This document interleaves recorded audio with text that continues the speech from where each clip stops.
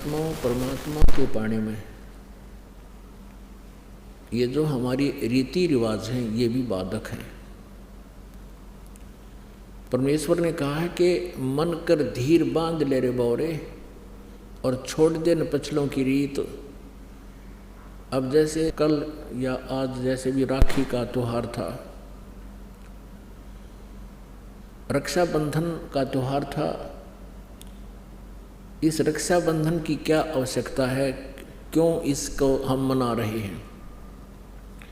ये काल के चलाए हुए अपने इस टाइम पास करने की खातिर, टाइम वेस्ट करने के लिए और हमें पीड़ित रखने के लिए एक ये रीति बना रखी है।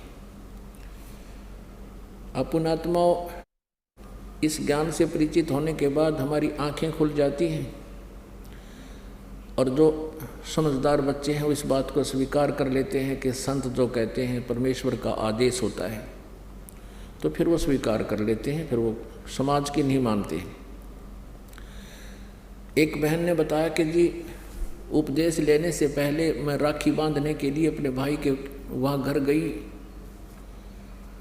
वही रक्षाबंधन का दिन भाई की इंतज़ार कर रही थी। दुर्घटना के अंदर भाई की मृत्यु होगी, उसका शव आया, टक्कर मार मार कर रो रही थी। अब रक्षाबंधन का उद्देश्य क्या है कि भाई राखी इसलिए बांधते हैं कि वो हमारी रक्षा करेगा।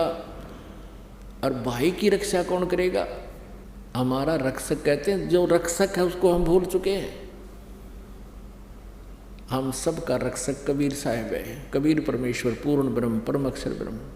हम सब ने भाई और बहनों ने मिलकर परमेश्वर कबीर जी का रक्षाबंधन बांधना चाहिए, राखी, ताकि भाई और बहन दोनों का रक्षक हो जाए।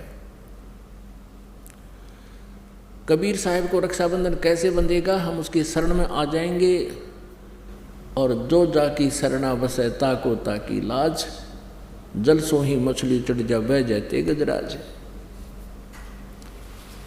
हमने अपने परमात्मा को राखी बांधनी चाहिए।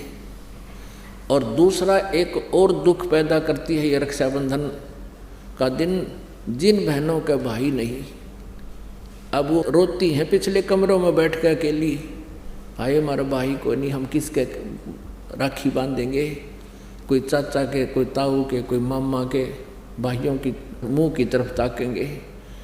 और फिर वो न सोचेंगे या पैसे लेने की मारी यहाँ आ जाती है, चाहे ना कहें पर अंदर में ज़रूर अवश्य होगा, ऐसा होगा। और हमने ऐसा ना करना है।